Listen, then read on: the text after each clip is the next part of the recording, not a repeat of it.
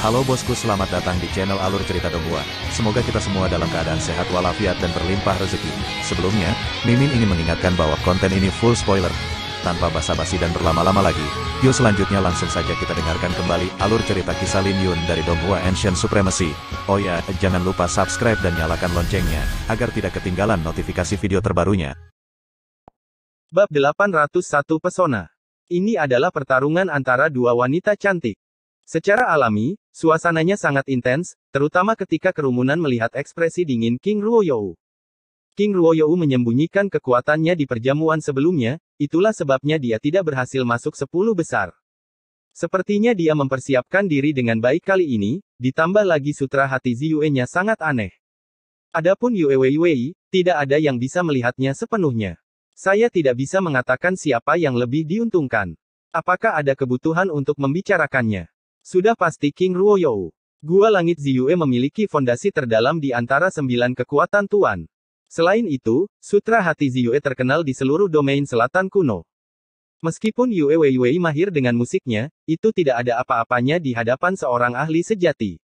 Memang, jalur musiknya terlalu dalam dan tidak mudah untuk dikembangkan. Itu hanya akan menunjukkan kekuatannya di alam jiwa surgawi, jadi Yue Wei mungkin akan gagal. Mari kita tunggu dan lihat. King Ruoyou dan Yue Wei memulai pertarungan mereka sementara semua orang memberikan pendapat mereka.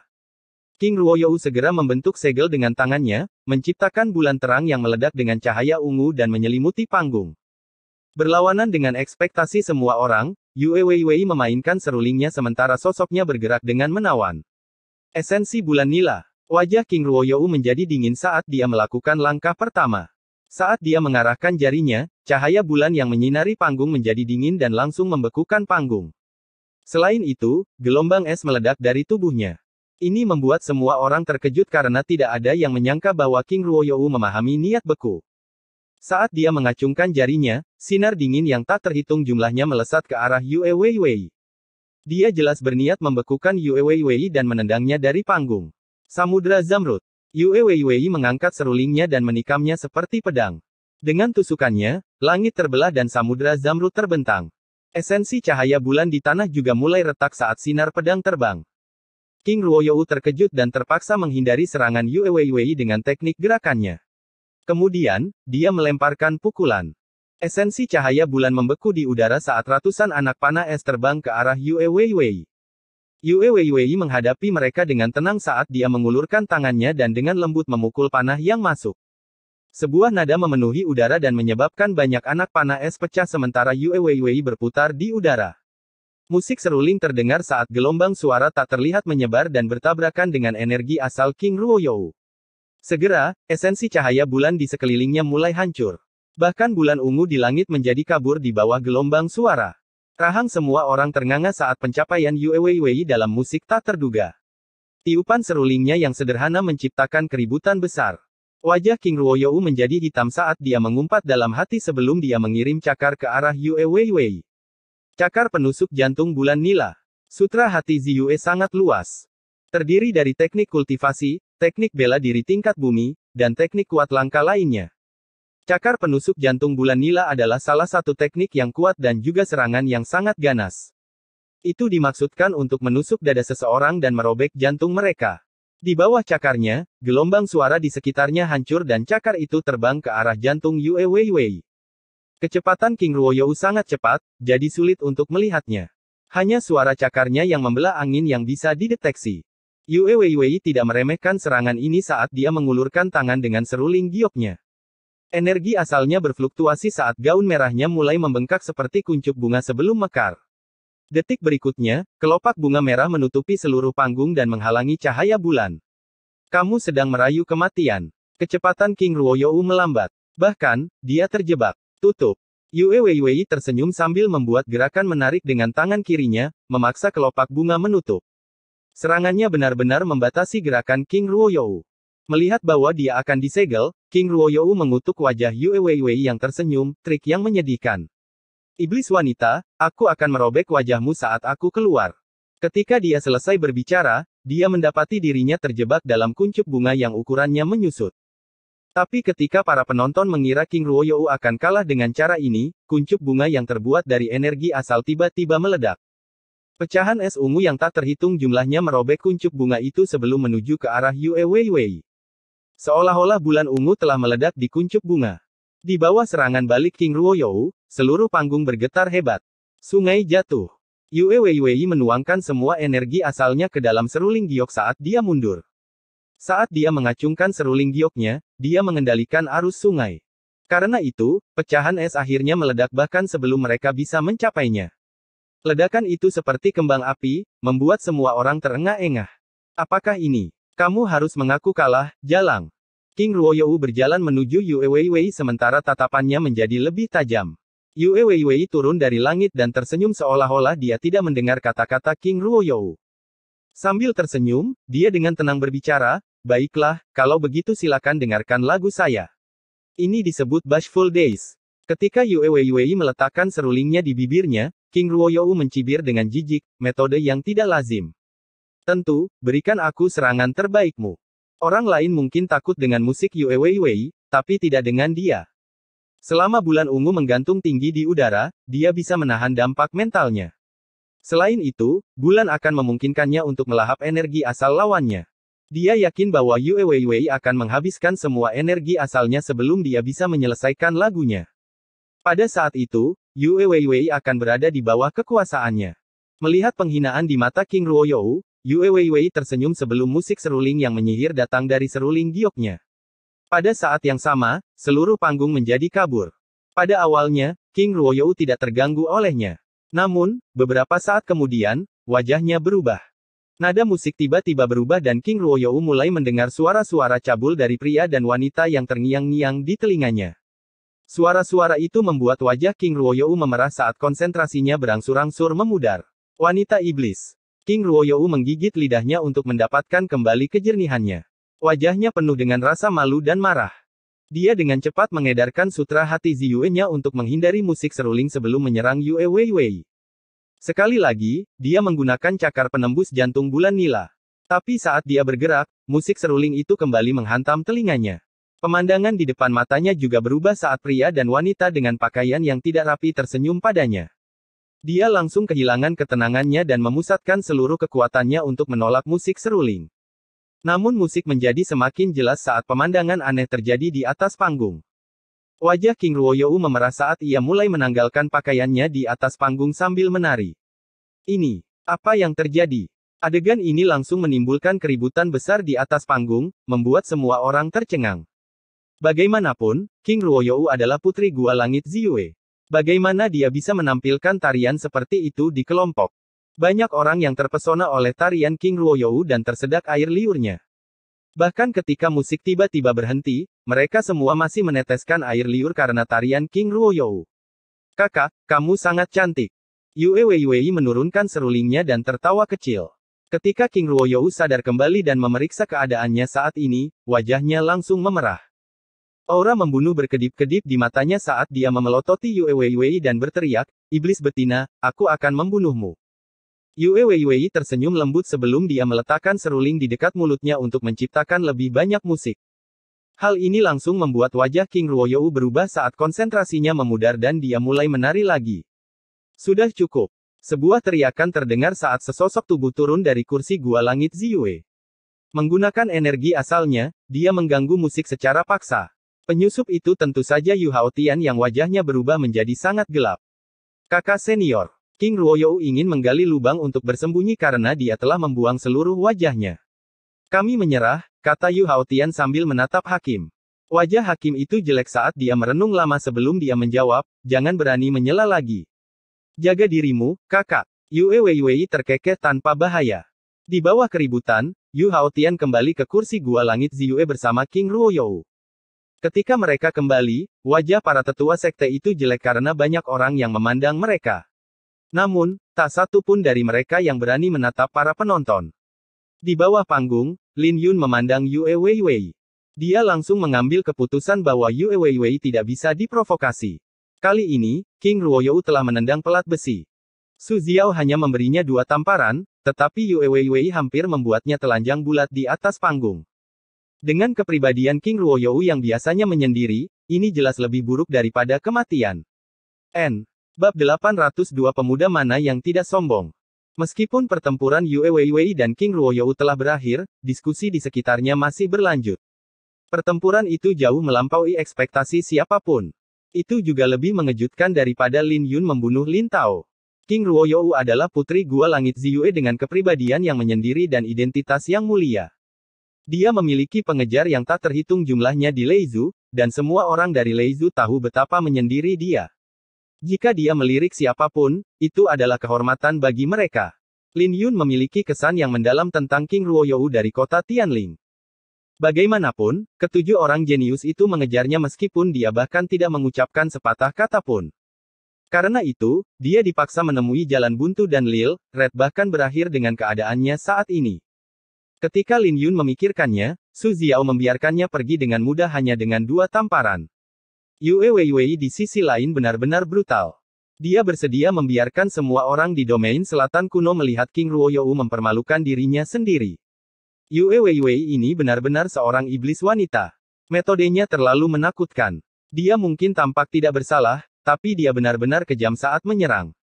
Ya, dia mungkin memutuskan untuk mempermalukan King Ruoyou ketika yang terakhir memarahinya. Dia membuat pertunjukan dengan memanggil King Ruoyou sebagai kakak perempuannya. Sudah terlambat bagi King Ruoyou untuk menyesali apapun sekarang. Yue Weiwei bukanlah orang yang mudah ditipu, jadi jangan terpesona oleh penampilannya. Bagaimana Anda bisa mengatakan itu tentang Yue Weiwei? Tidakkah Anda melihat betapa menakjubkannya tarian King Ruoyou? Tanpa Yue Weiwei, apakah kalian pikir kalian bisa melihat tariannya? Beberapa saat yang lalu, kalian semua sangat bersemangat menonton tariannya.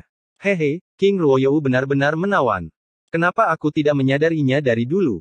Haha, pelankan suaramu, jangan sampai Gua Langit Ziyue mendengarmu. Mereka bisa dengan mudah mendengarmu dari tempat mereka duduk. Ada berbagai macam orang di antara para penonton. Tak satu pun dari murid dari sekte besar yang berani mengucapkan sepatah kata pun, tetapi para kultivator yang mengembara dan sekte-sekte terpencil tidak peduli. Tapi ada yang benar tentang apa yang dikatakan. Gua Langit Ziyue dapat mendengar diskusi semua orang dengan jelas dan ekspresi wajah mereka jahat. Tapi tidak ada yang bisa mereka lakukan tentang masalah ini atau itu akan sangat mempengaruhi reputasi King Ruoyou. 9 murid pasukan Tuan Tanah duduk tegak karena tidak ada dari mereka yang berani membahas masalah ini, terutama ketika mereka bisa merasakan aura pembunuhan yang datang dari Yu Haotian. Jika tidak ada kejutan, Yu Haotian pasti akan berurusan dengan Yue Weiwei secara pribadi. Diskusi yang memanas baru mereda ketika Bai Lixuan naik ke atas panggung. Kelompok kedua, Bai Lixuan vs Yang Lai. Setelah pengumuman juri, keributan besar terjadi saat semua orang melihat ke panggung grup kedua. Popularitas Bai Lixuan masih tinggi, tidak seperti Feng Wudao yang kalah dalam beberapa ronde. Pada titik ini, tidak banyak kuda hitam yang tersisa di perjamuan. Kuda hitam lainnya, selain Lin Yun, adalah Yue Weiwei yang baru saja menampilkan performa yang menakjubkan. Yang tersisa adalah Zhu Qingshan dan Fang Hanluo. Di mata banyak orang, Zhu Qingshan bahkan lebih kuat dari Lin Yun. Sampai saat ini, dia membunuh paling banyak orang dalam perjamuan ini, membuat dirinya mendapat julukan pedang iblis. Popularitasnya tidak lebih rendah dari Lin Yun. Ada juga Fang Hanluo, yang merupakan orang aneh yang menggunakan pertempuran untuk melemahkan dirinya sendiri, terhuyung-huyung di tepi hidup dan mati. Beberapa pertarungannya sangat berbahaya karena pada dasarnya dia bermain-main dengan nyawanya sendiri. Namun, bagaimanapun juga, Fang Hanluo selamat dari semua pertempuran dan tumbuh semakin kuat. Pada awalnya, dia bukanlah lawan yang fun, tapi sekarang, dia bisa bertarung untuk memperebutkan posisi 10 besar. Adapun Bai Lixuan, fisiknya yang suci telah membuatnya terkenal di domain selatan kuno. Meskipun dia kalah dalam beberapa pertarungan, itu sebagian besar karena lawannya terlalu kuat dan mengaku kalah. Dalam pandangan banyak orang, dia masih menyembunyikan kartu trufnya. Bagaimanapun, dia tidak terlalu lemah untuk mengalahkan mereka. Bakatnya dalam pedang mungkin tidak sebanding dengan Lin Yun, tapi pencapaiannya dalam petir sangat mengejutkan. Itu bahkan membuatnya mendapat gelar pedang guntur. Sekarang, dia berada dalam pertarungan krusial karena lawannya adalah Yang Lai yang menduduki peringkat ke-9 dalam perjamuan sebelumnya. Jika Bai Lixuan bisa menang, dia tidak hanya akan mendapatkan kualifikasi untuk masuk ke dalam 20 besar, tetapi ketenarannya akan berada di level yang sama dengan Lin Yun dan Zhu Qingshan. Yang Lai adalah lawan terkuat Bai Lixuan sejauh ini. Bai Lixuan tidak punya jalan keluar dari pertempuran ini karena dia harus menang. Jika tidak, aura Xuan Huangnya akan direbut oleh Yang Lai. 4 tahun lalu, saya kalah dari kakak senior Anda, Jiang Ziye. Aku tidak menyangka akan bertemu denganmu. Perjamuan ini benar-benar menarik. Yang Lai tersenyum. Semua orang tahu bahwa Yang Lai tidak menempatkan Bai Lixuan di matanya. Bagaimanapun, hanya 7 elit seperti Jiang Ziye yang layak untuk waktunya. Aku tidak menyangka kamu akan memiliki hubungan yang begitu dalam dengan kakak perempuanku. Namun, perjalananmu telah berakhir. Setidaknya kamu memiliki kesempatan untuk melawan saya.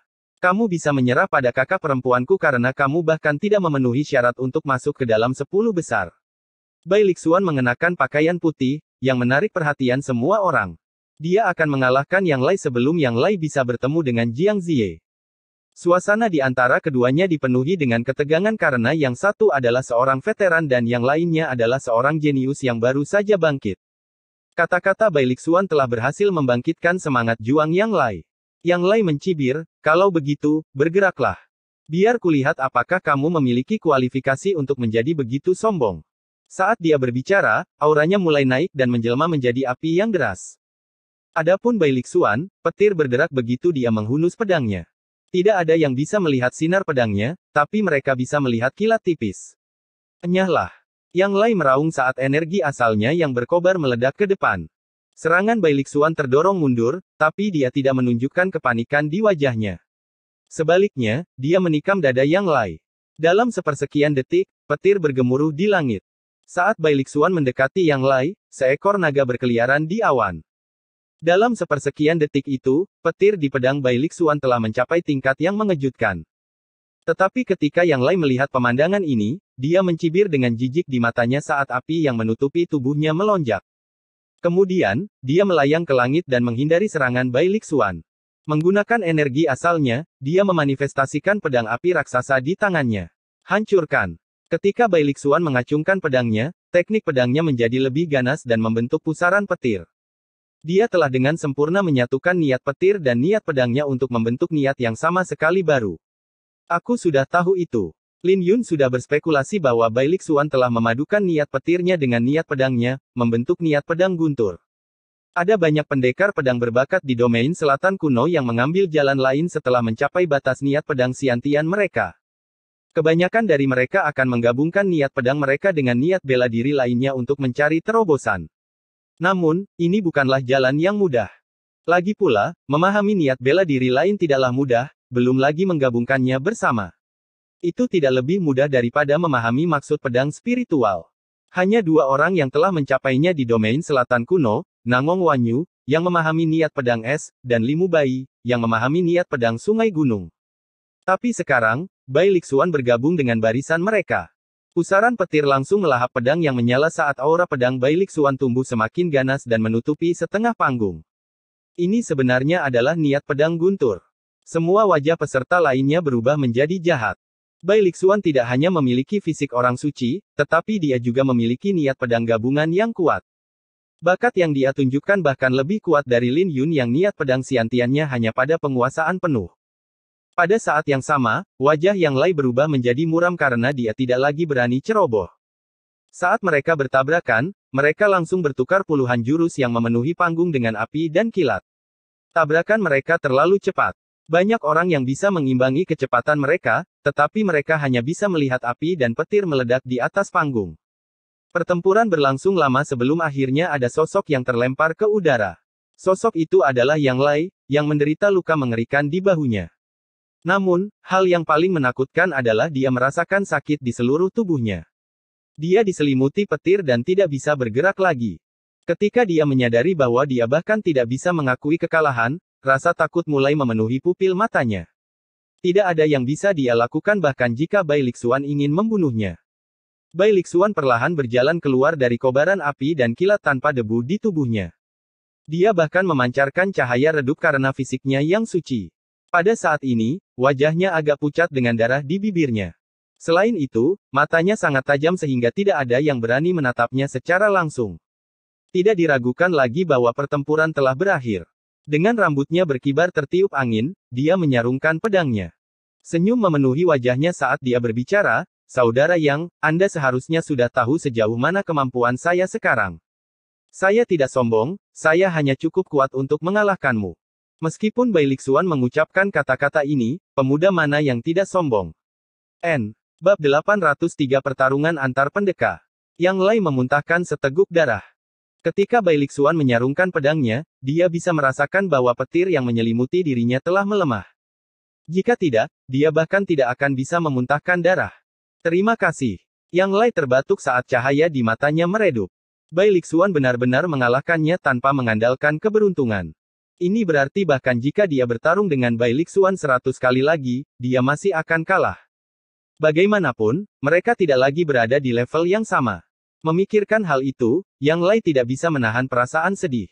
Dia tidak akan pernah bisa mengejar Bai Lixuan karena yang terakhir memiliki fisik yang suci. Perasaan ini bahkan lebih buruk daripada luka-luka di tubuhnya karena dia mungkin tidak akan masuk 10 besar. Tapi jalan seorang kultivator sangat brutal dan sulit untuk menemukan kesempatan untuk mengejar seseorang. Saya menyerah. Yang Lai berkata setelah keheningan yang lama. Kemudian, raungan naga bergema dari tubuh Bai Lixuan dan melahap setengah dari aura Xuan Huang Yang Lai. Hal ini membuat proyeksi naga Yang Lai menyusut dari 21 meter menjadi 10 meter. Ketika Yang Lai melihat ini, wajahnya menjadi semakin pucat. Kemudian, proyeksi naga Bai Lixuan tumbuh menjadi hampir 30 meter, mencapai tingkat yang sama dengan Tiga Raja dan Lin Yun. Terima kasih atas pertarungannya. Bai Lixuan menangkupkan kedua tangannya setelah proyeksi naga kembali ke tubuhnya. Konfrontasi yang sangat kuat. Bai Lixuan memenangkannya dengan indah. Dia pasti memiliki kesempatan untuk masuk 10 besar. Semakin banyak dari 7 elit yang jatuh. Ini benar-benar mengejutkan. Yah, Bai Lixuan berada di level yang sama dengan Lin Yun dan Zhu Qingshan. Kita mungkin perlu mengamati Fang Hanluo dan Yue Weiwei lebih banyak lagi. Terlalu banyak yang tidak diketahui tentang Fang Hanluo. Sedangkan untuk Yue Weiwei, saya merasa dia tidak pernah serius. Hehe, perjamuan ini benar-benar tersampaikan. Aku ingin tahu siapa yang akan diunggulkan di grup keempat. Lagi pula, Nangong Wanyu dan Li Mubai mengincar aura Xuan Huang milik Lin Yun. Kemenangan Bai Lixuan adalah pertarungan brilian yang membuat darah banyak orang mendidih. Kompetisi grup akan segera berakhir, dan setiap orang memiliki sekitar 3 hingga 4 pertandingan tersisa. Peserta unggulan sejauh ini adalah Zhao Wuji dari grup pertama, Yan Longzi dari grup kedua, dan Yu Haotian dari grup ketiga. Ini kurang lebih merupakan prediksi semua orang. Hanya orang-orang seperti Zhu Qingshan, Bai Lixuan, Jiang Ziye, dan Wu Xiaotian yang mampu menekan ketiga raja tersebut. Namun, semua orang menyerah untuk mempertahankan kekuatan mereka. Mereka tahu bahwa mereka tidak boleh mengungkapkan kartu truf asli mereka sebelum memasuki 10 besar. Bagaimanapun, kegagalan bisa berarti mati di tangan ketiga raja itu. Sedangkan untuk kelompok keempat, situasinya masih belum jelas bahkan dengan kematian Lin Tao. Lin Yun, Nangong Wanyu, dan Li Mubai memiliki kesempatan yang sama untuk menang. Meskipun ketiganya harus bertarung, salah satu dari mereka akan mendapatkan keuntungan dengan menjadi yang terakhir. Siapapun yang menjadi yang terakhir mungkin akan menang. Aturan perjamuan ini mencoba untuk mengatasi kekuatan keberuntungan. Bahkan jika seseorang kalah, mereka akan mendapatkan kesempatan lain di akhir untuk menantang pemenang. Tidak butuh waktu lama bagi Lin Yun untuk melawan seorang jenius tingkat atas lainnya yang berada di peringkat 20-an. Lin Yun tidak membuang-buang waktu saat dia mengeksekusi tebasan petir, tebasan matahari, dan Big Bang untuk menekan lawannya. Sekarang, dia hanya memiliki 2 pertarungan lagi, satu dengan Li Mubai dan yang lainnya dengan Nangong Wanyu. Namun, dia tidak tahu siapa yang akan dia hadapi pertama kali. Namun keberuntungan sepertinya berpihak padanya saat juri mengumumkan pertarungan berikutnya, kelompok keempat, Li Mubai vs Nangong Wanyu. Pertandingan ini mengejutkan Nangong Wanyu dan Li Mubai. Butuh waktu lama bagi mereka untuk pulih setelah mendengar nama mereka. Mereka berharap bisa bertemu dengan Lin Yun terlebih dahulu, jadi mereka tersenyum pahit. Siapa sangka mereka akan bertemu satu sama lain sebelum Lin Yun. Saudara Lin, kau cukup beruntung. Feng Ye tersenyum saat Paviliun Master Plum dan yang lainnya menghela nafas lega. Bagaimanapun juga, pertarungan antara Nangong Wanyu dan Li Mubai akan menguntungkan Lin Yun. Lin Yun tersenyum dan tetap diam. Tidak ada yang namanya keberuntungan.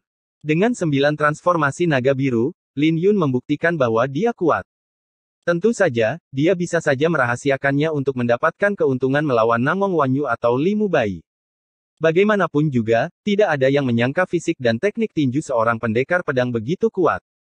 Tentunya, Nangong Wanyu dan Li Mubai punya cara sendiri untuk menghadapi Lin Yun, jadi dia akan memperhatikan dengan seksama. Lagi pula, dia tidak terlalu sombong sehingga dia bisa mengabaikan pertarungan. Keduanya adalah musuh kuat yang masih menyembunyikan kartu truf mereka. Dua sinar pedang berkelebat saat Li Mubai dan Nangong Wanyu menciptakan fenomena mereka sendiri. Ini adalah tanda bahwa mereka mendorong penguasaan penuh niat pedang Xiantian mereka hingga batasnya. Faktanya, niat pedang mereka secara praktis berada pada tingkat spiritual setengah langkah. Sudah 4 tahun sejak kita bertarung, kan? Tanya Li Mubai. Dia kalah dari Nangong Wanyu 4 tahun yang lalu, kehilangan gelar sebagai pendekar pedang terkuat di domain selatan kuno. Ini adalah bagaimana Nangong Wanyu mendapatkan reputasinya sebagai pendekar pedang terkuat. Orang-orang hanya peduli tentang siapa yang terkuat, yang sangat mempermalukan Li Mubai. Memang, itu 4 tahun yang lalu. Mari kita mulai. Kita harus bertarung dengan benar, jawab Nangong Wanyu.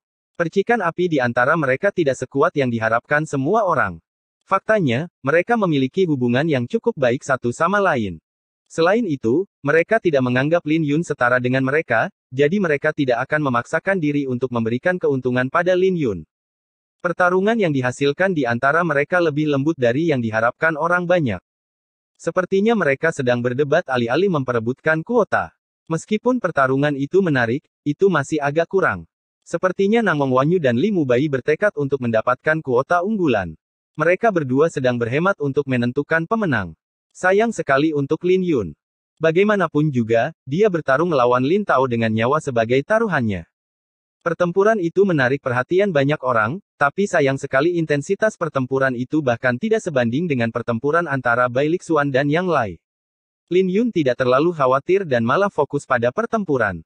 Di matanya, pertempuran itu sangat menarik karena tidak satupun dari mereka yang menahan diri. Meskipun mereka hemat, mereka tidak berjalan dengan mudah. Baik niat pedang es Nangong Wanyu dan niat pedang Sungai Gunung Li Mubai memperluas pemahamannya tentang niat pedang. Mereka sangat kuat. Sekarang aku mengerti apa yang dimaksud Wu Xiaotian saat dia mengatakan bahwa Nangong Wanyu mengambil jalan lain, gumam Lin Yun. Nangong Wanyu tidak dapat memahami niat pedang spiritual, jadi dia menggabungkan niat es dan niat pedang bersama-sama untuk membentuk niat bela diri baru.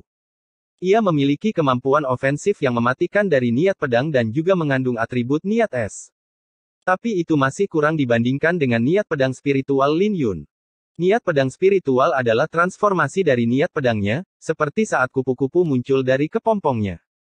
Jika niat pedang Xiantian bisa mereduksi pohon yang menjulang tinggi menjadi debu, maka niat pedang spiritual bisa menghancurkan vitalitas pohon tanpa merusak bagian luarnya. Inilah sebabnya mengapa lawan pertama Lin Yun merasa seperti menyentuh kematian. Itu bukan ilusi karena Lin Yun benar-benar bisa membunuh lawannya jika dia mau. Jadi kecuali pemahaman Nangong Wanyu dan Li Mubai tentang niat pedang gabungan mereka mencapai levelnya, tidak mungkin mereka bisa bersaing dengannya. Lagi pula, niat pedang mereka tidak ada di dekatnya. Nangong Wanyu menang. Lin Yun tiba-tiba berkata, "Apa yang membuatmu begitu yakin?" Paviliun Master Plum, Feng Ye, dan yang lainnya bertanya. Tunggu dan lihat. Lin Yun jatuh ke dalam pikiran yang dalam saat dia menyaksikan pertempuran itu.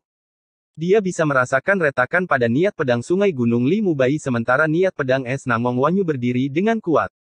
Menarik. Apa kekurangannya? Lin Yun memegang dagunya saat dia menggunakan sebagian kecil dari niat pedang spiritualnya. Seketika, dia bisa melihat apa yang tidak bisa dilihat orang lain.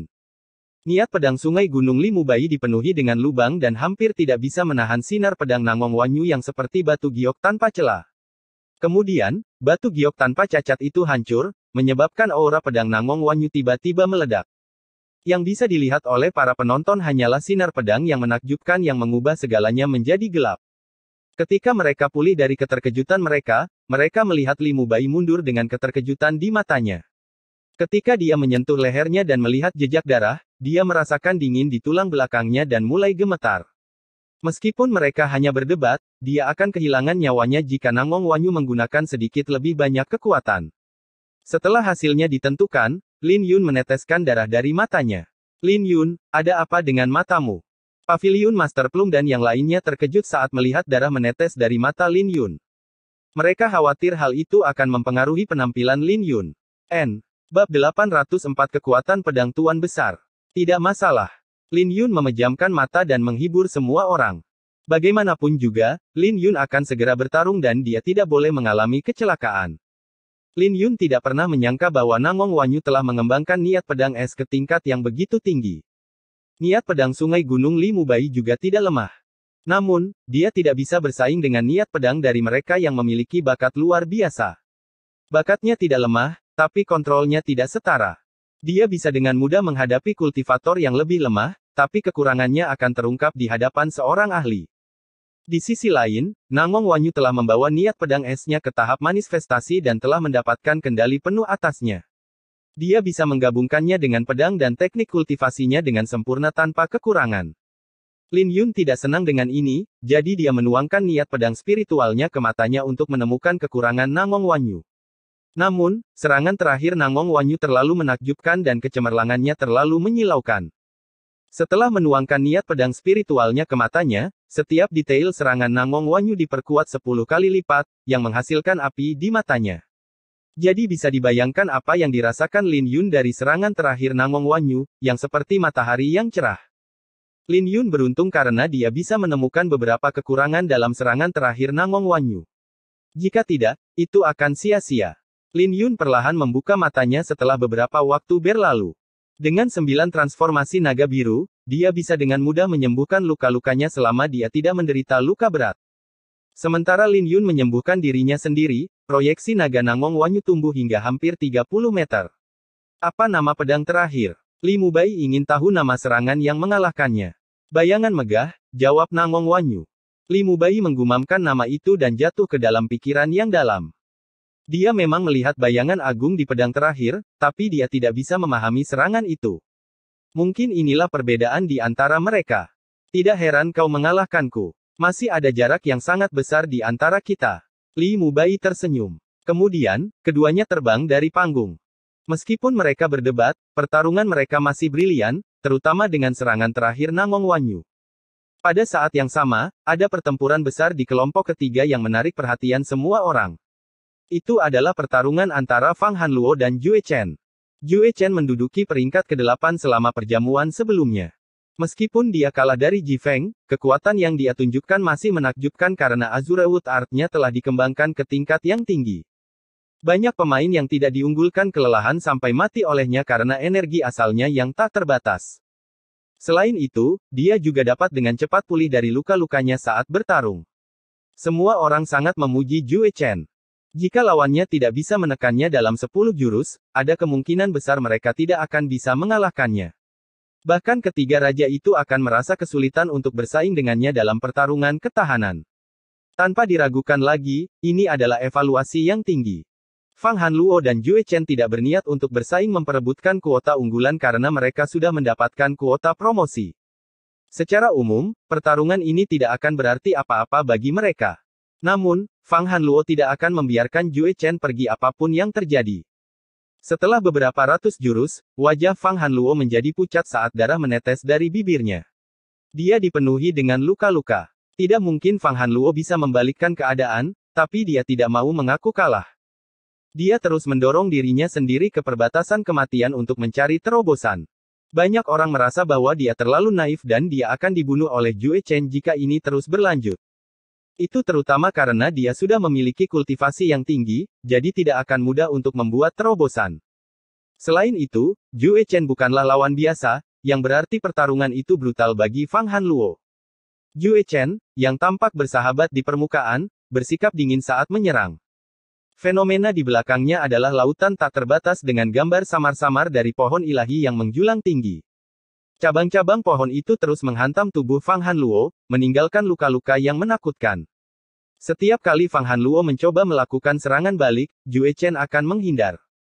Fang Hanluo terus berjalan karena semakin banyak serangan yang mengenai tubuhnya. Semua orang mengira dia akan pingsan kapan saja. Tapi tepat ketika Fang Hanluo akan mati, aura menakutkan tiba-tiba meledak dari dirinya dan menghancurkan serangan Jue Chen. Alam jiwa surgawi setengah langkah. Sial, dia membuat terobosan lagi. Dia benar-benar berhasil membalikkan keadaan. Keributan meledak dari kerumunan saat Fang Hanluo melakukan hal yang mustahil. Bahkan Jue Chen pun terkejut dengan perkembangan ini. Tetapi begitu dia mulai mundur, dia menemukan bahwa ada lapisan es di tanah. Embun beku itu perlahan-lahan membekukan fenomenanya dan pada akhirnya akan membekukannya juga. Fang Hanluo terkekeh, hehe, aku mengaku kalah. Ketika Fang Hanluo menyerah, Jue Chen sangat marah. Dia tahu bahwa Fang Hanluo menggunakannya untuk membuat terobosan dalam kultivasi dan niat beku. Jika dia tahu motif Fang Hanluo, dia akan membantai yang terakhir di awal. Haha, terima kasih telah membantuku membuat terobosan. Mari kita bertemu lagi dalam pertarungan untuk 20 besar. Fang Hanluo tertawa saat dia pergi. Dia penuh dengan luka, tapi dia tidak terlihat menyedihkan. Di sisi lain, wajah Jue Chen jelek meski menang. Bagaimanapun, Jue Chen tahu bahwa akan merepotkan untuk mengalahkan Fang Hanluo di lain waktu. Fang Hanluo agak aneh. Bukankah dia sedikit terlalu beruntung? Sulit untuk mengatakan apakah itu keberuntungan atau bukan, tapi anehnya dia sudah hampir mati beberapa kali. Saya telah mengamatinya sejak ronde pertama. Pada awalnya, kekuatannya hanya berada di peringkat luar, tapi sekarang, dia benar-benar bisa masuk ke 10 besar. Benar-benar monster. Aku benar-benar tidak bisa memprediksi perjamuan ini lagi. Pertarungan itu telah menyebabkan keributan karena Fang Hanluo membuat terobosan. Ini meningkatkan ketenarannya bahkan lebih tinggi dari orang-orang seperti Zhu Qingshan. Tidak butuh waktu lama bagi kelompok kedua untuk menyelesaikannya dengan Yan Longzi sebagai unggulan. Tidak ada yang berani menantang Yan Longzi saat dia duduk di kursinya. Semua orang tahu tentang manfaat menjadi unggulan. Namun, aturan perjamuan membuat lebih sulit bagi siapapun untuk menantang ketiga raja. Jadi tidak ada yang bisa mengatakan apa-apa. Bagaimanapun, kuota unggulan diperoleh dengan kekuatan murni. Grup ketiga juga selesai dengan cepat dengan Yu Haotian mendapatkan kuota unggulan. Beberapa saat kemudian, grup pertama selesai dengan Zhao Wuji mendapatkan kuota unggulan. Ketiga raja itu begitu kuat sehingga tidak ada yang bisa menandingi mereka. Pada titik ini, hanya grup keempat yang masih aktif. Ketiga raja itu tidak berada di grup keempat, jadi tidak ada yang akan menyerah dengan mudah. Lin Yun vs Li Mubai. Tidak butuh waktu lama untuk pertarungan berikutnya diumumkan. Karena dua pertandingan yang tersisa terkait dengan Lin Yun, dia sudah siap. Ketika Lin Yun dan Li Mubai mendarat di tanah, dengungan pedang bergema keluar dari tubuh mereka dan pedang mereka membumbung tinggi ke angkasa. Dalam sepersekian detik itu, panggung kelompok keempat menjadi pusat perhatian.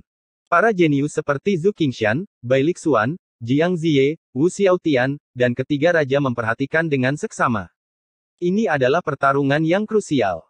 Bagaimanapun, jika Lin Yun kalah, Nangong Wanyu pada dasarnya akan mendapatkan kuota unggulan.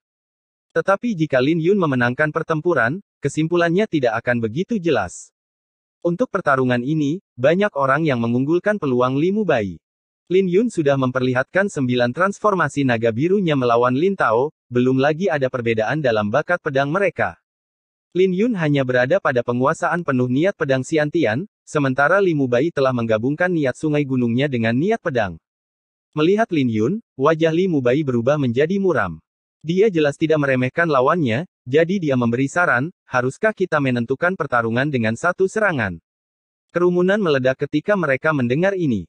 Bagaimanapun, Li Mubai memegang keunggulan, jadi tidak ada keraguan bahwa sarannya akan menguntungkan Lin Yun. Apakah kamu yakin? Lin Yun tidak terlalu terganggu dengan hal itu karena dia sudah melihat teknik pedang Li Mubai. Tidak ada bedanya apakah itu 1 jurus atau 100 jurus.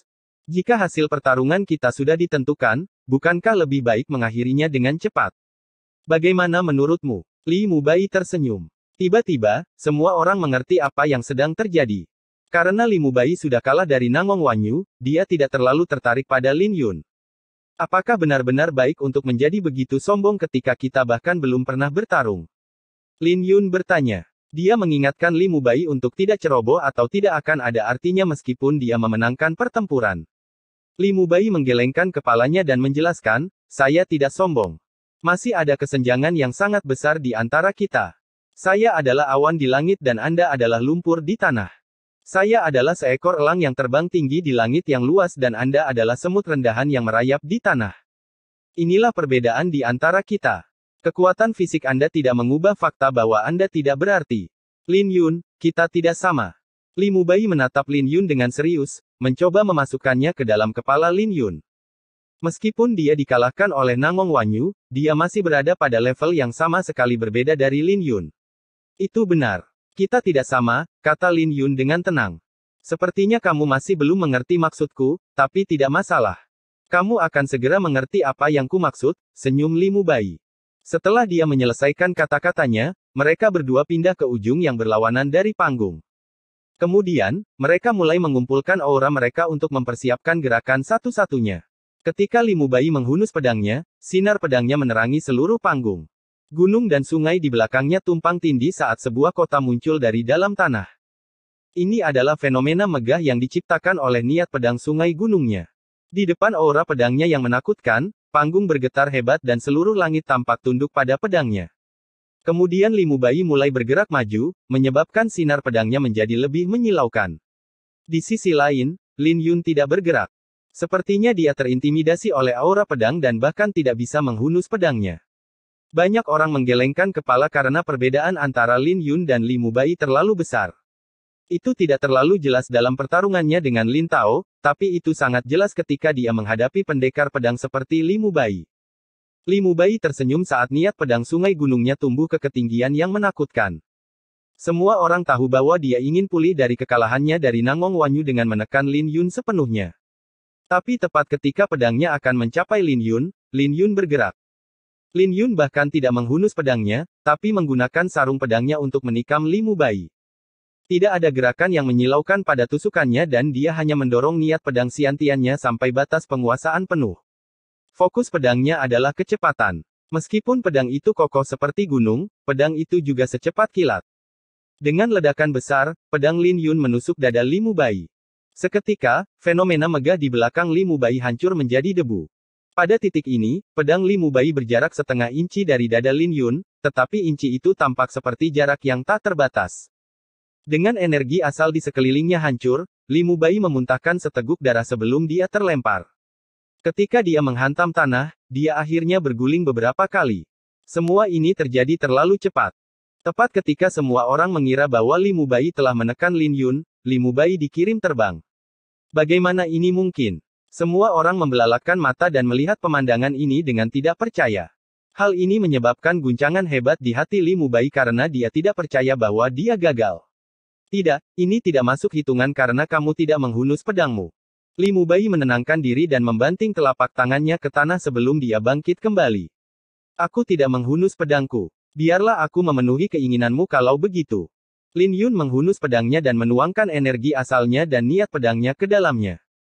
Ketika dengungan memenuhi udara, pedang pemakaman bunga mengaum seperti naga yang ganas, melepaskan dominasi yang tak terbatas. Begitu Li Mubai berdiri, dadanya tertusuk oleh serangan itu.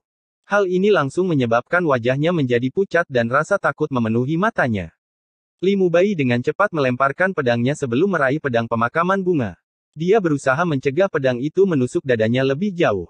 Serangan Lin Yun terlalu ganas karena membuat Li Mubai terbang dari panggung dalam sekejap mata. Akhirnya, dia bertabrakan dengan patung naga dewa saat pedang pemakaman bunga menjepitnya dengan kuat. Lin Yun menatap Li Mubai dan berkata, seperti yang kamu katakan, kita tidak sama. Bagaimana mungkin seonggok sampah sepertimu bisa sama denganku? Ini adalah pertama kalinya Lin Yun menunjukkan taring dan kebanggaannya selama perjamuan. Mengenakan pakaian birunya, rambutnya berkibar di langit, membuat orang yang hadir merinding. Bab 805 Salju Terbang, Bunga yang Mengubur. Li Mubai terpaku pada patung naga dewa dan dia tidak bisa membebaskan dirinya sendiri tidak peduli seberapa keras dia mencoba. Aura pedang yang tak terbatas praktis memaku dia ke patung itu. Ketika Li Mubai mendengar kata-kata Lin Yun, dia hampir muntah. Bagaimanapun, Lin Yun benar-benar mempermalukannya. Kata-kata Lin Yun bergema di telinganya dan setiap kata seperti tamparan di wajahnya. Li Mubai mungkin adalah peserta yang paling menyedihkan karena dia adalah satu-satunya yang disematkan pada patung naga ilahi. Mempertimbangkan fakta bahwa Li Mubai adalah salah satu dari 7 elit, para penonton tercengang. Seluruh stadion menjadi hening karena dampak dari disematkannya Li Mubai terlalu besar. Tidak ada yang menyangka bahwa Li Mubai akan dikalahkan dengan satu serangan. Mereka yang optimis tentang Li Mubai memandang Lin Yun dengan ketidakpercayaan. Itu tidak mungkin. Bagaimana dia bisa melakukannya? Yan Longzi sangat terkejut karena ini adalah pertama kalinya dia merasakan tekanan dari Lin Yun. Meskipun Lin Yun sudah membuatnya menelan kata-katanya, dia tidak memandang Lin Yun sebagai lawan. Dalam pandangannya, hanya Zhao Wuji dan Yu Haotian yang bisa mengancamnya. Tapi kali ini, Lin Yun menyebabkan fluktuasi besar di hatinya. Orang ini, wajah Zhao Wuji berubah. Tapi ini bagus karena Li Mubai berhasil memaksa sebagian kekuatan Lin Yun keluar. Sekarang, Lin Yun tidak akan bisa menangkapnya secara mengejutkan. Kejutan yang diterima semua orang tidak terbayangkan.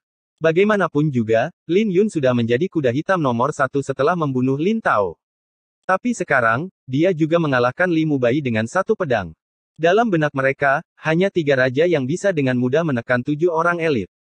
Dari atas panggung, Lin Yun menatap Li Mubai dengan dingin. Dia bukanlah orang yang baik hati. Meskipun dia tidak bisa diganggu dengan ketujuh elit, Li Mubai sedikit berlebihan. Apa sebenarnya yang dia maksud ketika dia mengatakan omong kosong tentang awan dan lumpur? Li Mubai tidak hanya mempermalukannya, tetapi dia bahkan bertindak seolah-olah itu adalah hal yang normal untuk dilakukan. Satu-satunya kata yang bisa digunakan Lin Yun untuk menggambarkan Li Mubai adalah jijik. Jika Li Mubai mengalahkannya, dia akan mempermalukan Lin Yun tanpa henti. Karena Li Mubai suka berpura-pura bahwa dia adalah seorang ahli, Lin Yun akan membuat pertunjukan dari Li Mubai. Lin Yun memilah-milah pikirannya dengan cepat dan berkata, Li Mubai, kamulah yang ingin menentukan pertarungan dengan 1 serangan. Saat kau kalah pertama kali, kau bilang itu tidak masuk hitungan karena aku tidak menarik janjiku. Sekarang setelah saya menghunus pedang, saya ingin tahu apakah menurut Anda itu masuk hitungan. Kata-katanya seperti tamparan keras ke wajah Li Mubai. Lin Yun merobek-robek harga diri Li Mubai karena yang terakhir tidak mau mengakui kekalahan setelah pertukaran pertama. Betapa brutalnya. Itu menyengat. Lin Yun pada dasarnya menggantung Li Mubai di pilar untuk mempermalukannya. Itu terlalu memalukan bagi ketua murid dari Sekte Pedang Langit. Lin Yun terlalu brutal. Aku tidak akan bersikap baik jika berada di posisi Lin Yun. Apa yang dikatakan Li Mubai sebelumnya sedikit berlebihan, ditambah lagi dia mencoba mempermalukan Lin Yun berkali-kali. Haha, dia berlebihan dan akhirnya mempermalukan dirinya sendiri. Semua orang menatap Li Mubai yang menyedihkan, menunggu jawabannya. Aku mengaku kalah. Li Mubai memelototi Lin Yun dan mengertakkan gigi. Ketika dia mengatakan itu, aura Xuan Huang dalam proyeksi naganya berkurang setengahnya. Karena proyeksi naga Lin Yun sudah hampir 30 meter, proyeksi naganya tidak tumbuh lebih besar dan malah menjadi lebih padat. Seperti orang lain, proyeksi naganya berhenti tumbuh setelah mencapai hampir 30 meter. Lin Yun terbang ke langit dengan pedangnya dan meninggalkan panggung. Kemudian, dia mengembalikan pedang pemakaman bunga ke dalam sarungnya. Selamatkan dia. 2 tetua dari Sekte Tianjian bergerak dan mengambil Li Mubai. Meskipun Li Mubai sudah pingsan karena rasa sakitnya, para tetua Sekte Pedang Langit memperlakukannya dengan lembut. Mereka memeriksa semua luka-lukanya dengan hati-hati. Mereka menemukan bahwa luka di dadanya tepat di sebelah jantungnya. Jika Lin Yun tidak berhati-hati, Li Mubai pasti sudah mati. Kakak senior Nangong, bukankah Lin Yun sedikit terlalu kuat? Dia benar-benar mengalahkan Li Mubai dengan 1 pedang. Murid dari kediaman Salju Utara merasakan tekanan saat melihat betapa kuatnya Lin Yun. Nangong Wanyu tersenyum, kamu harus ingat bahwa apa yang kamu lihat mungkin tidak nyata. Seorang pendekar pedang sejati bisa melihat melalui banyak ilusi dan menemukan kebenaran. Jadi tidak terlalu sulit bagi Nangong Wanyu untuk mengetahui apa yang terjadi. Meskipun Nangong Wanyu tahu mengapa Li Mubai dikalahkan begitu cepat, dia tidak bisa diganggu untuk menjelaskannya. Setelah Lin Yun kembali ke tempat duduk Kekaisaran Qin besar, dia melihat semua orang menatapnya dengan kaget. Lin Yun telah mengalahkan Li Mubai dengan 1 pedang, yang melebihi imajinasi mereka. Mereka tidak tahu apakah Lin Yun terlalu kuat atau Li Mubai yang terlalu lemah. Sebagian besar penonton juga merasakan hal ini. Merasakan keingintahuan mereka, Lin Yun merenung sejenak sebelum menjelaskan sesuatu pada mereka. Li Mubai tidak lemah dan tidak akan semudah itu baginya jika dia tidak mengamati pertarungan Li Mubai dengan Nangong Wanyu. Begitu dia menemukan kelemahan dalam teknik pedang Li Mubai, hasilnya sudah ditentukan. Semua teknik pedang memiliki kekurangan. Teknik pedang Lin Yun secara alami memiliki kekurangannya sendiri, tapi itu tergantung pada kemampuan lawannya jika itu akan ditemukan. Kekurangannya juga besar atau kecil. Secara kebetulan, kekurangan yang dia temukan adalah kekurangan yang fatal. Itu mirip dengan sebuah bangunan. Jika fondasinya dihilangkan, seluruh bangunan akan runtuh. Kecuali Li Mubai memahami kekurangan ini sendiri atau jika Lin Yun memberitahunya kekurangannya, dia akan selalu kalah dari Lin Yun. Tetapi bahkan jika saya menemukan kekurangan Anda, saya tidak akan bisa mengalahkan Anda. Kekuatan juga penting. Feng Ye menunjukkan bagian terpenting setelah mendengarkan penjelasan Lin Yun. Itu memang masalahnya. Lin Yun tidak menyangkal apa yang dikatakan Feng Ye. Bahkan jika dia menemukan kekurangan dari seorang Empirean, dia tidak akan bisa mengalahkan keberadaan yang begitu kuat. Bagaimanapun, seorang Empirean bisa melumpuhkannya hanya dengan sekilas. Seberapa yakin kamu bisa mengalahkan Nangong Wanyu? Paviliun Master Plum bertanya, yang dengan cepat menarik perhatian semua orang. Bagaimanapun, ini adalah pertarungan yang krusial dan Lin Yun akan diunggulkan jika dia menang, memastikan dia masuk 10 besar. Saya 50% yakin, kata Lin Yun. Meskipun dia tidak 100% yakin, 50% itu mengejutkan. Bagaimanapun, ini berarti Lin Yun cukup percaya diri untuk melawan Nangong Wanyu. Meskipun pertarungannya dengan Li Mubai tampak berbahaya, itu adalah kemenangan yang mudah. Pertarungan terakhir kelompok keempat, Lin Yun vs Nangong Wanyu. Juri mengumumkan dengan suara yang dalam. Ini adalah pertarungan terakhir, jadi semua mata tertuju ke panggung. Pertarungan ini tidak hanya akan menentukan unggulan untuk kelompok keempat, tapi juga akan menentukan pendekar pedang terkuat. Tidak diragukan lagi bahwa Nangong Wanyu adalah pendekar pedang terkuat. Namun, Lin Yun muncul entah dari mana sebagai kuda hitam dan masih tak terkalahkan. Melalui Lin Yun, orang banyak melihat berbagai temperamen seorang pendekar pedang, tenang, tegas, anggun, dan mendominasi. Jika orang mengira dia tidak memenuhi syarat untuk menantang Nangong Wanyu sebelum pertarungannya dengan Li Mubai, mereka tidak akan berani mengatakan itu lagi. Bagaimanapun, Lin Yun telah menunjukkan taring dan dominasinya. Dengan dengungan pedang di udara, dua sosok membumbung tinggi ke langit dan mendarat di atas panggung. Lin Yun dan Nangong Wanyu saling berhadapan dari jarak 1000 meter. Juri dari kelompok keempat menatap Lin Yun dalam-dalam. Dia memperhatikan Lin Yun sejak pertandingan pertama ketika dia merasakan niat pedang yang mendalam datang dari yang terakhir. Namun, dia tidak melihat niat pedang yang mendalam itu setelahnya. Dia bahkan bertanya-tanya apakah dia melakukan kesalahan. Dia berharap dia akan melihatnya sekali lagi dalam pertempuran ini. Jika dia benar, niat pedang Lin Yun akan mengguncang seluruh domain selatan kuno dan bahkan para kakek tua dari aliansi suci. Berdiri di atas panggung, Nangong Wanyu berdiri kokoh dengan pedang di tangannya. Dia adalah pria yang sangat cantik. Dia adalah tipe pria yang terlahir dengan kecantikan seorang wanita dan bahkan akan menarik kecemburuan dari para wanita. Aku ingin tahu apakah kamu melihat kekurangan dalam teknik pedangku karena kamu berhasil melihat melalui pedang Li Mubai. Nangong Wanyu tersenyum. Dia tahu alasan mengapa Lin Yun bisa mengalahkan Li Mubai. Namun, dia yakin dengan teknik pedangnya sendiri. Ya, sedikit. Lin Yun menjawab. Oh benarkah? Pedang terakhir disebut Majestic Shadow, tapi juga punya nama lain, Flawless. Flawless. Memang pantas diberi nama itu. Lin Yun menjawab. Pedang Nangong Wanyu sangat menakjubkan dan Lin Yun hanya bisa melihat sedikit demi sedikit. Aku senang kau mengalahkan Li Mubai. Jika tidak, akan sedikit membosankan bagiku untuk mengalahkanmu. Sekarang, aku bersemangat untuk pertarungan kita, kata Nangong Wanyu. Begitu juga. Lin Yun berbicara dengan suara tenang, tapi dia penuh dengan semangat juang. Dia sangat ingin melihat apakah dia bisa mengalahkan Nangong Wanyu tanpa menggunakan niat pedang spiritualnya. Jika dia bisa melakukannya, dia akan sangat meningkatkan pemahamannya tentang pedang. Pedang saya disebut salju terbang. Nangong Wanyu mengacungkan pedangnya di depan tubuhnya. Ini adalah etiket di antara para pendekar pedang, dan hanya digunakan saat menghadapi lawan yang sebenarnya. Pedangku bernama Bunga Pemakaman.